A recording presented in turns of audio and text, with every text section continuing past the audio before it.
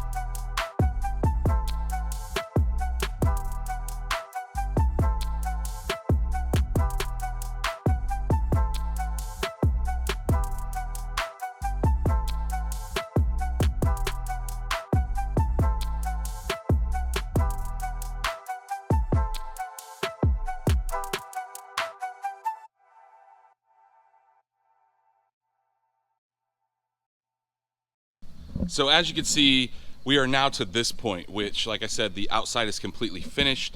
Kind of how this works is I've got everything finished on the outside, so all the builders are gone, and I do have a concrete guy coming, like I said, Monday to do. They're going to grind the concrete and seal it. No, I'm not going to put any kind of coating on it other than just a sealant, because honestly, guys, I don't want to deal with having to redo that in 20 years or 10 years or whatever it lasts. To me, it's just not worth it. But let's talk about cost, right? Because I know that's what you guys want to know. Now, I decided to put it kind of close to my house here. This is like right outside my bedroom window, so I can see it. If I ever hear anything at night, I can, well, be pretty close to it as far as that's concerned. But I chose to build it here. I didn't really want to get rid of all those trees, but obviously they had to go in order to make room for the shop. And to be quite honest with you, it was pretty flat for the most part here. Now, I do have quite a bit of land back in the back here. I could have put it back there, but water runs through here when it gets really, really, well, a lot of times when it rains. You can see it's really dry right now, but didn't want it there, and I didn't want it back so far that I had to walk a long way to get to it. So this was really the best option, and because of the placement of it, we did have to cut into the hill, because I told him I wanted as flat or as level of an entry as possible. So we came down, which is why I had to put the short wall or retaining wall on that side, is because we dug into the hill on this side. Now over here we didn't have to do that, but to get it down where I wanted it, we did have to put that in, and that kind of screwed up the way I was going to set it up. Originally, I was going to set up 3 doors evenly spaced on the front. I was going to put my entry door on the side, but if I did that, I would have had to have stairs going down on the inside to get into the building, and I didn't want that. So I decided to put the entry door on this side and then move the garage doors down. I also went back and forth about having 4 garage doors and the entry door on the side. Now I could have put the entry door on the other side, but I didn't like the way that was going to be set up because I would be coming from the house and I wanted it on this corner. So I like the way it looks. I think eventually I might put an awning on it, but for now I really am I'm so excited about it being finished as far as the outside goes. Now there are a few little things that I'd like to do. I'm going to put some lights between the garage doors, I believe. Like I said, I might do an awning. I still have the guttering guy to come out and put the gutters in, but the builder is gone.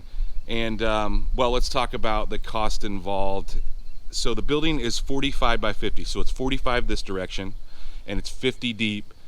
The garage doors are 10-foot garage doors. I has a 12-foot sidewall, and just the building and the materials, so that includes the metal, all the wood, the windows, the doors. They're insulated garage doors with openers, the entry door, all of that was $30,000. Now that includes his labor for putting it all together, and the trusses. Everything that you see right here on the outside was $30,000. Now that does not include the concrete, so the concrete was separate. And as you guys know, like I said, I'm still working on the concrete, but we have $14,600 in the concrete itself, and it's 4.5 inches thick concrete, and then I have some reinforced spots which I'll show you when we go in. But that was, so basically all in, we're at $46,000 to build the building. Now that does not include the landscaping that you see. So had a buddy of mine come out, actually the guy who helped me do the C-notch on the dually, came out with his equipment and did all of this work. So he had to dig out a ton of dirt. He had to take obviously a ton out here. We had to bring some dirt in, some new topsoil, because this, you wouldn't believe how rocky my yard is. It's absolutely insane. So I have $3,000 in this. We brought 4 truckloads of gravel in, 1 load of dirt, just topsoil to kind of pretty things up. I have $80 in grass seed. I have about $50 in straw. And then the bricks I actually put down, and I still have to cut one up there against the building. I was waiting for him to put the metal on, but the bricks I have about $250 in, and I did lay those myself. My buddy did help me with placement, but I literally hammered each one of those in with a dead blow hammer so they're nice and level. I'm pretty picky on that. I put a level on each one of them and then a long level across them, so it is completely level on both sides. I'm kind of picky when it comes to stuff like that. I know if you guys watch this channel long enough, you understand that I'm pretty picky, but for now I think the gravel will be what we leave here until it kind of packs in. Once it packs in, I do think that eventually I'll have somebody come out and do asphalt here or pave this, but for now I am just happy to have this thing be able to, I can drive inside of it now. So I haven't put anything inside because, like I said, the concrete guy's coming tomorrow.